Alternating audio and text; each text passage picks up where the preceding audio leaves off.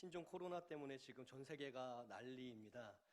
고통당하고 있고 또 두려워하고 있습니다. 근데 잘 알려지지 않은 사실 하나가 있는데 중국의 의사 리원양이라는 의사 이야기입니다. 신종 코로나 바이러스가 설날을 기점으로 우리나라에서도 유행이 되고 또 많이 전 세계적으로 알려졌습니다. 1월 말쯤에 마지막 주쯤에 이제 알려졌는데 한 달 전인 12월 30일 날 우한에서 이 리원양이라는 의사가 이 코로나 바이러스에 대해서 최초로 발견하게 됩니다. 그래서 이상하다, 이거 사스와 비슷한데 아직 코로나라고 이제 발견되기 전에 굉장히 치명적인 바이러스다 해서 이제 중국에, 우리나라로 친다면 카톡, 중국에 있는 카톡 자기 친구들에게 이야기를 합니다. 야, 이런 증상이 있는데 이거 약간 사스랑 비슷하고 유행할지도 모른다, 이거 한번 조사해보자 라고 12월 30일 날 친구 7명에게 보냅니다. 의사 7명이, 그러니까 총 8명이 그래? 한번 우리 병원도 알아볼게 하고 알아봤더니 우한 지역에 약 7명의 동일한 증상이 있는 사람들을 찾아내게 됩니다. 그러면서 이거 유행이 될 수 있다, 이거 치명적일 수 있다, 조심해야겠다 하면서 그 다음날 12월 31일 날 자기 의대 동문들에게 이것을 다 전파합니다. 이런 사스와 비슷한 질병이 유행할지 모르니까 대비해야 된다, 미리미리 준비하자라고 이렇게 다 이제 의사들에게, 그래서 의사들이 자기 SNS 또 인터넷을 통해서 조심해라, 또 이런 바이러스가 유행할 수 있다, 각별히 주의해야 된다, 이런 글들을 인터넷에 막 올렸습니다. 12월 30일, 31일 이틀 동안에 벌어진 일이었는데 1월 1일 첫날에 어떤 일이 발생했냐면 우한에 있는 공안, 그 경찰들이 이 최초로 퍼뜨렸던 8명을 소환합니다. 당신들을 유언비어로 법에 따라 처리할 것이다라고 통지문을 보냅니다. 그리고 1월 3일, 이틀 뒤인 1월 3일 날 실제로 병원에 들이닥쳐서 이 의사들을 다 데리고 갑니다. 그리고 공안에 끌고 가서 허위사실 유포한 혐의로 조사를 받습니다. 그러면서 리원양에게 이런 유언비어 당신이 계속 퍼뜨린다면 법률적인 제재를 받겠다는 동의서에 동의해라 라고, 이것을 동의해야지만 풀어난다 라고 이야기해서 훈계서라고 하는, 우리나라로 친다면 반성문, 그러니까 여러분 의사가 반성문을 쓴데 자존심 상하죠. 그것도 허위사실 유포로. 그래서 거기에 사인을 하고 이제 풀려납니다. 그리고 1월 3일 같은 날에 중국 관영TV CCTV에서 이 사스와 비슷한 바이러스를 확산시킨 혐의로, 그러니까 그런 거짓된 소문을 퍼뜨린 혐의로 8명이 체포되었다라고 보도를 합니다. 중국 전역에. 그러면서 온라인 공간, 인터넷은 무법천지가 아니다, 경찰은 사회의 질서를 어지럽히는 소문을 날조하고 퍼뜨리는 불법 행위를 무관용 원칙에 따라 처리해야 된다라고 앵커가 이야기를 합니다. 그러니까 이 8명이 완전히 망신을 당하고 사람들에게 그러니까 사람들을 불안하게 한 혐의로 다 소문나게 돼버렸습니다. 그리고 이제 거기에 동의해서 다시는 이런 거짓말 하지 않겠습니다 동의한 리원양은 병원으로 돌아가서 이제 그때 이제 비로소 1월 중순에 명명된 코로나 바이러스 환자들을 치료하기 시작합니다. 그러다가 2월 1일 날 이 의사도 코로나 바이러스에 감염이 되고 그리고 지난 2월 6일 밤에 죽게 되었습니다. 그러니까 이 사람이 최초로 그것을 이야기했고 조심해야 된다, 유행할 수 있다라고 이야기하고 다른 의사들에게 이것을 알려서 환자들 또 지역에 있는 주민들이 대처하게끔 했던 사람이었는데, 그러나 헛된 소문, 유언비어 퍼뜨린다는 이야기로 잡혀가고 CCTV를, 그러니까 뉴스를 통해서 망신을 당하고, 그러나 이 사람이 자기 의사의 일을 계속 감당하고, 그러다가 결국 1월 이제 중순에 코로나 바이러스가 유행이 되고 부랴부랴 1월 마지막에 중국 법원에서 리원양은 무죄다라고 선포해줘서 겨우 그가 복권할 수 있도록, 그러나 그 다음 날인 2월 1일 날 감염되고 6일 날 죽게 되었습니다.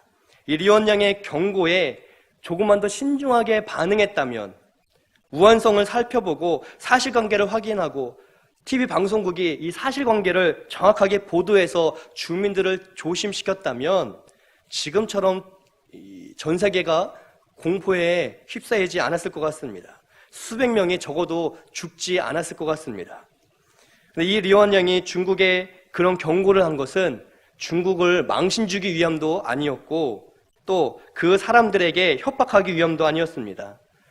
오히려 그 우한 지역의 주민들을 살리기 위함이었고 또 스스로 조심하게 스스로 자신을 관리할 수 있도록 권면하기 위함이었습니다. 무엇보다 작은 바이러스이지만 그러나 그것이 사람에게 치명적일 수 있다. 그리고 그게 사람들에게 전염될 수 있다. 이것을 알았기 때문에 그는 의사로서 그 사실을 말하고 사람들을 살리기 위해서 다른 의사들에게 이야기를, 정보를 전해 주었던 겁니다. 그러나 그것을 믿지 않고 자기들을 망신 주려고 했던, 또 사람들을 괜히 불안하게 하는 그런 의사치부했던 중국 정부로 인해서 지금은 걷잡을 수 없을 정도로 많이 퍼지게 되었습니다. 그 리언양의 경고에 조금만 귀 기울이고 자신들을 돌아보았다면, 우한이라는 도시를, 성을 돌아보았다면 아마도 미리 예방이 되었을 텐데, 그러나 그것을 우습게 여기고 별거 아닌 걸로 여겼을 때 그 결과는 어마어마한, 심지어 그것을 말해주고 권고했던 이 의사마저도 결국은 치료하다가 자기도 걸리게 되고 그리고 감염된 이후에 죽게 되는 비극으로 나아갈 수밖에 없었다는 겁니다. 우리가 읽은 이 성경 말씀은 사실 우리에게 경고의 말씀을, 경고의 메시지를 전해주고 있습니다. 교회 안에 거짓 교사들, 거짓된 가르침에 대한 훈계의 메시지가 오늘 기록되어 있습니다.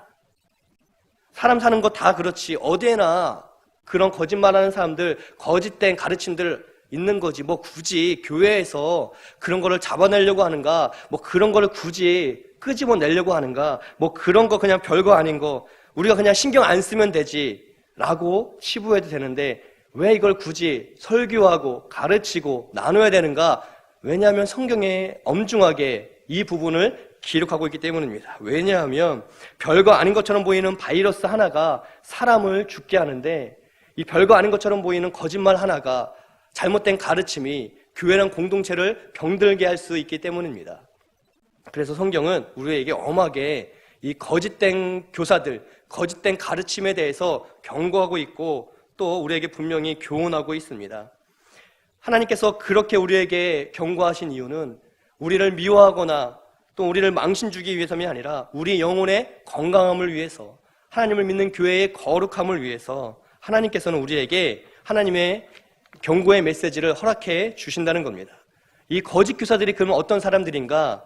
오늘 성경 10절에 세 가지로 나와 있는데, 이들은 불순종하는 자들, 헛된 말 하는 자들, 속이는 자들이다 라고 기록하고 있습니다. 이들은 불순종했다라고 첫 번째 기록합니다. 바울과 디도가 전한 복음에 귀담아 듣지 않았습니다. 불순종했습니다. 그러면서도 교회의 질서, 권위에 순종하지 않고 어지럽히면서 자기가 옳은 대로, 자기 보기에 괜찮은 대로 살았습니다. 자기의 역할, 자기의 자리에 만족하며 아무에게도 귀 기울이지 않았습니다. 왜 그랬을까? 그들에게 있어서 직분 또는 어떤 직책은 권력이었기 때문입니다.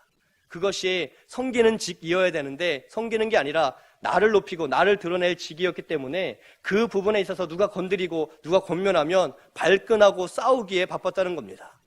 이들은 하나님의 일을 한다고 하지만 순종하지 않고 오히려 하나님 앞에서 질서, 교회의 질서를 어지럽히면서, 그러나 자기가 중심된다면, 자기가 높아진다면 무슨 수단을 써서라도 하는 사람들이었습니다.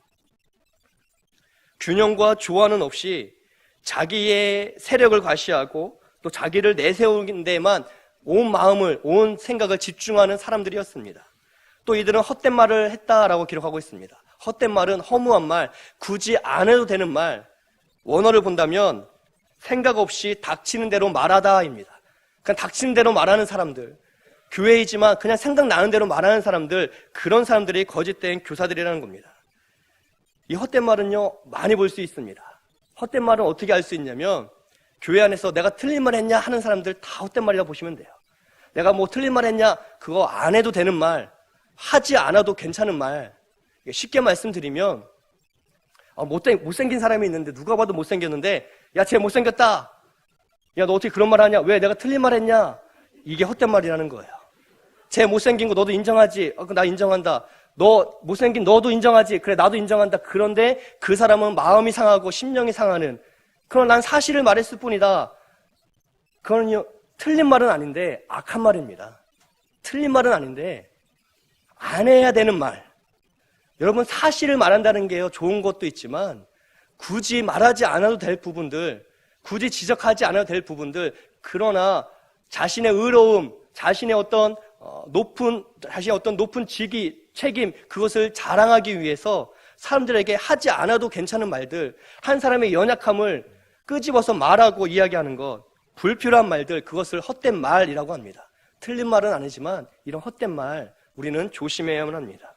또 속이는 자라고 기록하고 있습니다. 불순종하면서 헛된 말을 하면서 사람들을 정죄하면서 그것이 맞다라고 해서 사람들을 속여서 자기 세력을 만드는 사람들, 하나님 앞에서 예수 그리스도의 제자가 되는 게 아니라 하나님의 말씀에 순종한 자가 아니라 나에게 순종하도록 사람들을 포섭하고 사람들의 마음을 사고 헛된 말로 사람들을 편가르게 하면서 그것이 맞는 것처럼 모든 사람들을 속여서 결국 교회를 자기 혼자 좌지우지하려고 하는 거짓된 교사들, 그들에 대해서 이야기하고 있습니다. 근데 그들이 누구냐? 그들이 많은데 할례파 중에 특히 그러하다. 할례파, 교회의 기둥 같은 역할을 해야 될 사람들, 정말 그 교회에서 세움받은 사람들, 그 교회를 위해서 헌신된 사람들이어야 되는데 그들 중에 이런 거짓 교사들, 그러니까 여러분, 이런 거짓 교사가 어디서 나타나냐면 새가족들 중에 나타나는 게 아니라 그 교회에 오래도록 신앙생활하는 사람들 중에 나타난다는 겁니다. 어떤 사람들이 기대함을 받고 있는 사람들에 의해서 그 중에 이런 교만한 거짓된 교사들이 불쑥불쑥 나타난다는 겁니다. 그런 거짓 교사들이 이런 세 가지 특징이 있는데 바울은 거기에 대해서 따끔하게 이야기하는데 11절에 보니까 그들의 입을 막아라, 말하지 못하도록 입을 막아라. 그리고 13절에는 엄히 꾸짖으라, 혼내라, 그것을 들춰서 사람들 앞에서 꾸짖고 경고해야 된다라고 이야기하고 있습니다. 왜 바울이 이처럼 엄하게 거기에 대해서 단호하게 이야기를 했을까요? 11절에 단적인 얘기가 나오는데 왜 그들의 입을 막아야 되냐면 이런 자들은 더러운 이득 취하려고 마땅하지 않은 것, 가르치면 안 되는 것들을 가르쳐서 가정들을 다 무너뜨린다.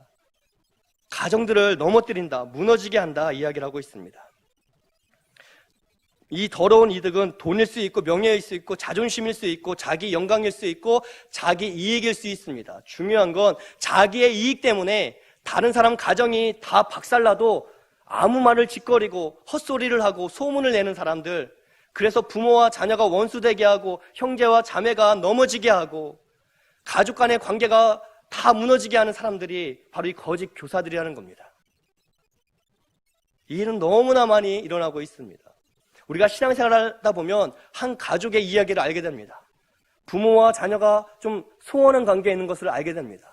그런데 그것을 파고들어서 누가 옳다 그르다 헛된 말을 하고 거짓말을 해서 이 부모 자녀가 원수되게 하는 일 여전히 교회 안에 많습니다. 형제, 친형제 자매 사이 파고들어서 이간질을 하고 그 사이에서 원수 맺게 하는 것, 그렇게 해서 한 가정이 넘어지는 걸 통해서 고소히 여기는 사람들, 이런 거짓된 교사들 너무나 많이 있습니다. 가정은 가장 중요한 공동체입니다. 인간에게 있어서 기초가 되는 공동체이기 때문입니다. 이런 가정을 무너뜨린다? 그것은요, 어떤 악행도 할 수 있다는 것을 의미합니다. 유감스럽게도 회사가 이런 일을 하지 않습니다. 회사에서 어느 동료가 이간질해서 가족이 원수되는 경우 없습니다. 동호회 모임, 세상 모임에서 아빠와 자식을, 형제를 이간질시키는 경우 거의 없습니다. 그런데 교회 안에서는 이런 일들이 많다는 거예요. 한 아이가 성장했을 때 그 아이의 예전에 어렸을 때 조금 잘못된 모습들, 잘못된 어떤 그런 행동들을 어른이 되었는데도, 그래서 신신의 일꾼이 되었는데도, 야, 쟤 옛날에 그랬잖아, 쟤 그런 애야, 믿으면 안 돼 라면서 한 가정이 넘어지게끔 한다는 거예요.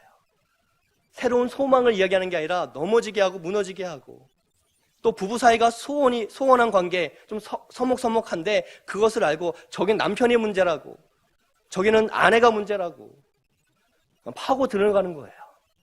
그런데 여러분, 이 가정은 그냥 개인의 가정도 포함되지만 동시에 당시 초대교회, 가정교회였던 초대교회 이야기도 됩니다. 초대교회도 가정교회였는데 교회에 분란이 일어나게끔 의혹을 제기하고 아니면 말고, 맞으면 그것을 확산시키고, 그 소문이 가짜면 그러면 아니면 많은 거지 라고 이야기하는 헛된 말들, 거짓말들, 사실이 아님에도 불구하고 사실이라고 매도해버리는 것. 제가 성산교회에 왔을 때 이제 오면은 저희가 이제 부교육자들끼리 인수인계를 합니다. 이렇게 인수인계를 했는데요. 여러 가지 좋은 것도 많이 알게 되고요. 여러 가지 조심해야 될 것도 알게 되고 또 여러 가지 잘못된 것도 알게 돼요.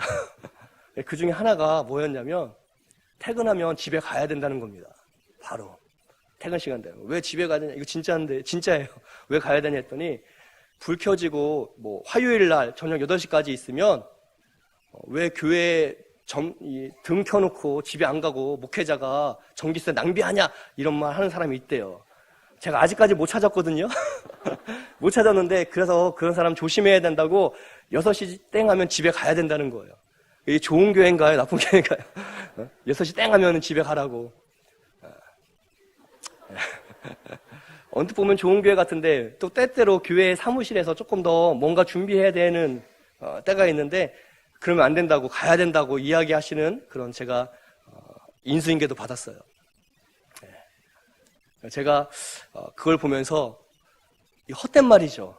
누군가가 그런 이야기를 했기 때문에 교육자들이 저에게 권면해 준 거겠죠. 그런 이야기가 정말로 있는데 그런 소리 들으면 막 시험 드니까 그냥 일찍 가라고. 그럼 왜 그런 말이 나왔을까요? 그냥 교육자가 믿고 싫으니까 그런 소문을 누가 낸 거죠. 집에 안 가고 전기세 낭비한다고. 여러분, 큰 거 아끼시는 여러분 되었으면 좋겠습니다. 짜잘한 거 아끼려고 하지 마시고요. 그거 뭐 10,000원, 20,000원이 말고요. 엉뚱하게 수백만 원 쓰는 거 있다면 그거 아껴야지. 짜잘한 거, 전기세 이런 거 여러분 괜찮습니다. 걱정 안 하셔도 돼요. 그런 사사로운 것들을 가지고 의혹을 제기하는 또 문제를 삼는 그런 것들이 너무나 많다는 거예요. 이 거짓된 교사들 안에 그런 것이 가득했습니다. 그런데 12절에 보니까 그레데인 중에 어떤 선지자가 말하되, 이 선지자는 우리가 알고 있는 기독교의 선지자가 아니고 당시 에피메니테스라고 하는 이제 철학자입니다. 이 철학자가 시를 썼는데 그레데 사람들을 향해서 그레데 사람들은 항상 거짓말쟁이며 악한 짐승이며 배만 위하는 게으른 뱅이라 라고 시를 썼어요. 그러니까 시를 썼는데 이 시 구절이 정확하게 맞아떨어져서 당시 그리스 헬라 문화권에서는 그레데 사람들은 이런 사람이다 라고 다들 알았습니다. 그러니까 그레데 사람들의 특징인데요, 항상 거짓말쟁이다.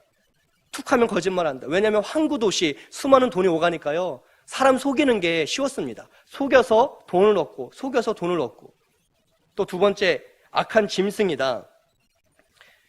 이 그리스 로마 이때 당시에 속담이 하나 있는데요, 그레데에는 야수가 없다. 왜? 거기에 그레데 사람들이 있기 때문에. 그 무슨 말인지 아시겠죠? 야수가 있을 필요가 없다. 더한 그레데 사람들이 있어서. 그게 속담이었다고 해요. 그러니까 악한 짐승이다라는 뜻이죠. 교육되지 않는다. 아무리 그것이 아니다라고 가르쳐도 들을 생각을 안 한다. 짐승, 악한 짐승과 같다. 그러니까 교훈에 대해서 반응하지 않는다는 뜻이고요. 세 번째, 배만 위하는 게으름뱅이. 평소에 무관심하다가 자기 배에 불릴 수 있는, 돈 벌 수 있는 거 있으면 득달같이 달려들어서 열심히 사람들을 속여서 이익을 취하고, 그러나 이익이 되지 않으면 아무 관심 없는, 그게 그레데 사람들의, 이 세상 사람들, 그레데라는 사람들의 이야기였는데 13절에 보니까 이 증언이 참되다 이야기예요. 그레데 사람들이 그렇다고 했는데 이게 참된 이유는 그레데에 있는 초대교회에 있는 사람들도 똑같다라는 뜻입니다. 교회 사람들이 세상과 똑같다는 거예요. 세상 사람들이 하는 방식으로 똑같이 신앙생활하고 있다. 거짓말한다, 거짓말. 그러니까 하나님을 두려워하지 않는다는 거예요, 교회 다니는 사람들이. 그래서 거짓말을 아무렇지도 않게 신앙생활하면서 한다는 겁니다. 제가 다 말씀드리지 못해서 그렇지, 제가 여러분의 이야기 듣다가 그거 거짓말이잖아요 하고 싶을 때가 많이 있습니다. 말하면 시험 드실까 봐 말 못하는 거예요. 아무리 봐도 이거 못 믿겠는데요 하고 싶은데 그러면 안 되니까 덮어놓고 믿습니다 막 제가 하는 거예요. 근데 이 그레데 사람들은요, 아주 치명적인 거짓말들을 진짜인 척 했다는 거예요. 웃으면서 넘길 수 있는 게 아니라 진짜로 목회자를, 성도를 속이는 거짓말들, 앞에서 뒤에서 다르다는 겁니다. 그리고 두 번째, 악한 짐승. 교회 안의 성도들인데 교회 또는 목회자의 권면을 우습게 여기는 거예요. 거기에 대해서 흘려버리는 겁니다. 그건 그거고 이건 이거다. 그러니까 악한 짐승이란 말, 교훈되지 않고 가르침이 어떤 삶의 형태로, 모습으로 나타나지 않는, 그냥 교훈은 교훈이고 내 삶은 내 삶이다 하는 이 태도가 교회 안에 고스란히 이 거짓된 교사들 가운데 있었다는 겁니다. 배만 위하는 게으름뱅이, 진리를 아는 일에는 게으른데 교회 안에서 자기 욕망 채우는 데에는 부지런하는, 그래서 교회에 어떤 숨어있는 돈들 악착까지 벌어서 자기 주머니에 넣는 사람들 굉장히 많이 있습니다. 교회 돈 벌려고 다니는 건 아니지만 그때그때 취할 수 있는 돈들, 이익들을 위해서라면 앞장서서 일하는 사람들이 있습니다. 그런 사람들이 자기 배만 위하는 게으름뱅이, 하나님의 영광을 위해선, 다른 동역자들의 어떤 행사를 위해서, 행정을 위해선 게으름뱅이처럼 협력하지 않지만 내가 해야 될 때, 내가 나서서 무언가 이익을 취할 수 있다면 발벗고 나서는 사람들. 근데 교회 안에 똑같이 이런 사람들이 있다라고 이야기하고 있습니다.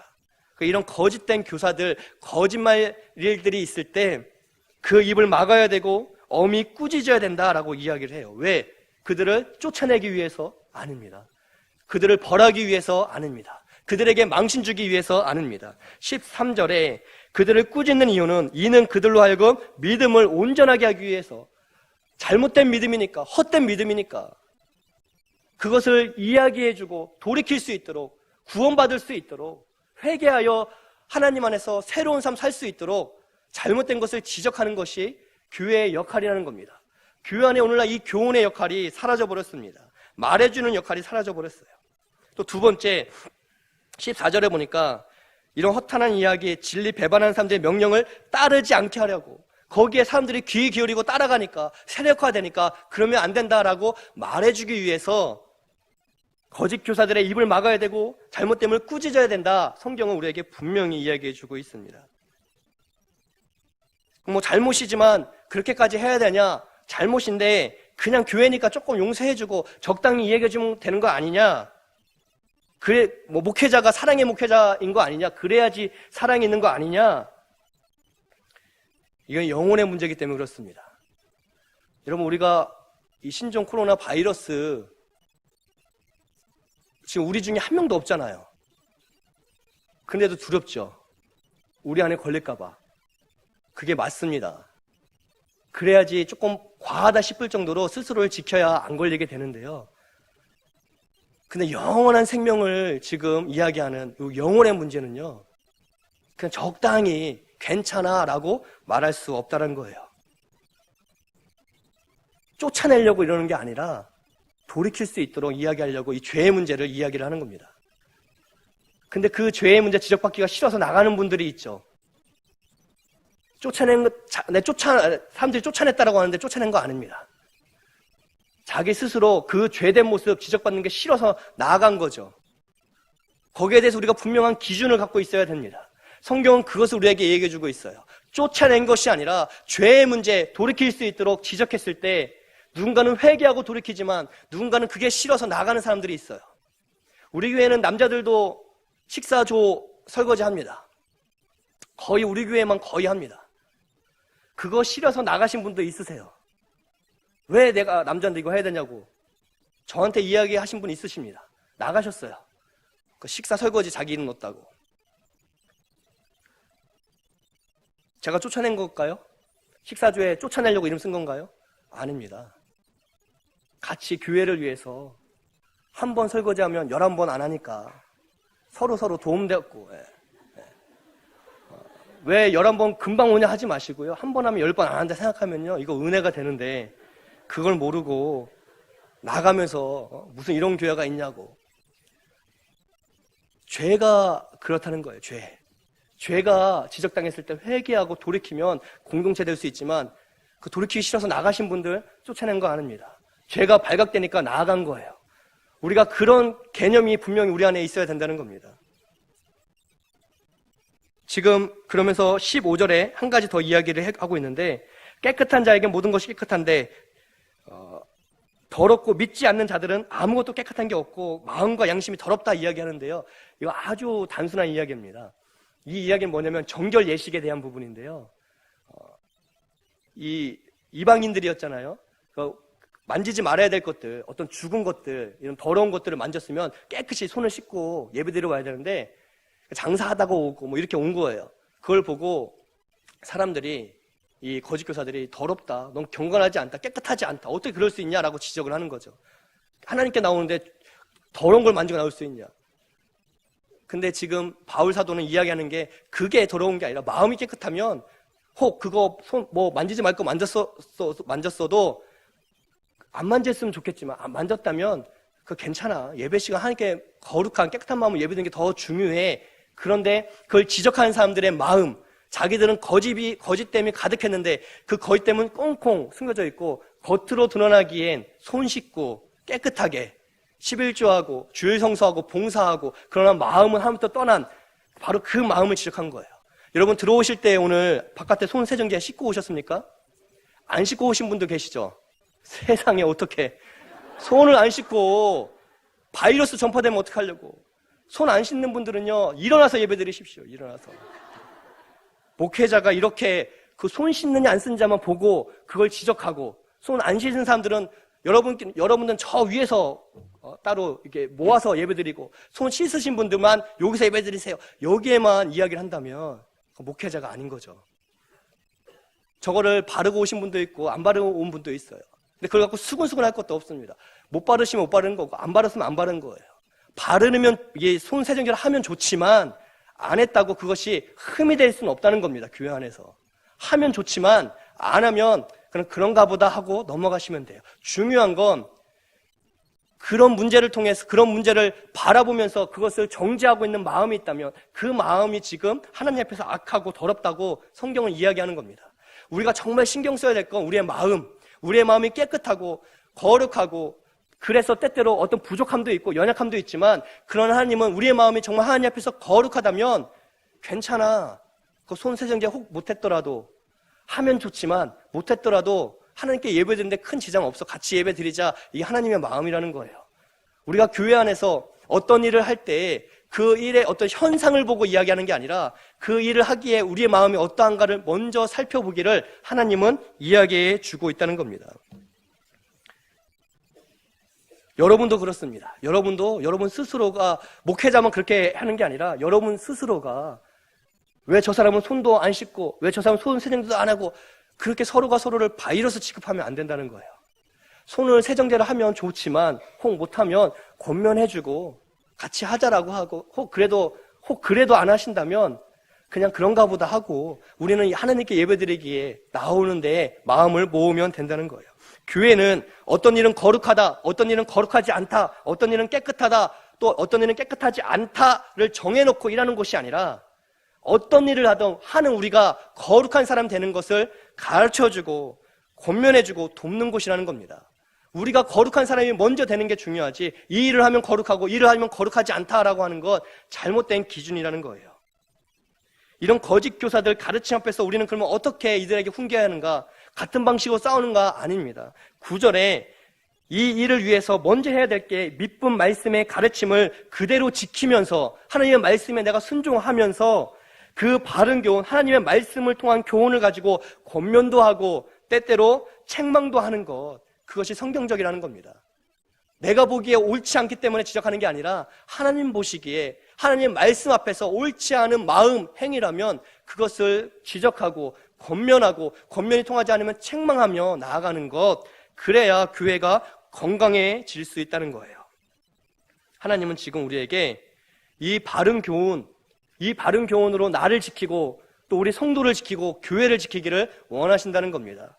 이웃, 바깥에서 거짓 교사들이 나온 게 아니라 그 공동체 안에서 거짓된 교사들, 거짓된 가르침이 있기 때문에 우리가 교회 안에서 신앙생활할 때 내가 먼저 말씀의 가르침을 따르고 순종하는 것, 그리고 그 올바른 교육 안에서, 교훈 안에서 서로 권면해주고 세워주고 그리고 때때로 부족할 때는 도와주고 그럼에도 그 악행이 끝나지 않을 때 이 바른 교훈을 기준 삼아 책망하는 것, 그렇게 우리가 서로가 서로에게 서로를 지켜주는 거룩한 버팀목이 되어주는 곳, 그것이 교회라는 겁니다.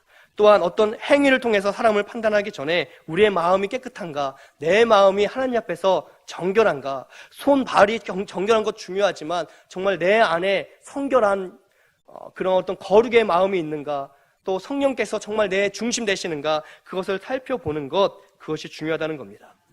10절과 16절에 이 거짓 교사를 이야기하면서 10절에 불순종한다, 16절에 복종하지 않는다. 결국 하나님께 복종하지 않으면서 하는 신앙생활이 거짓 교사이고 거짓된 가르침을 성경은 앞과 뒤에서 얘기해주고 있습니다. 하나님 말씀에 귀 기울이고 순종하는 우리 모두 되기를 축복드립니다. 그리고 그 마음으로 서로가 서로에게 교훈하고 권면하고 때때로 엄하게 책망할 때에는 그러나 감정으로 책망하는 게 아니라 이 바른 교훈으로 예수님의 마음으로 책망해주며 그렇게 거룩의 길을 함께 걸어가는 우리 성산교회 되기를 주님의 이름으로 축복드립니다.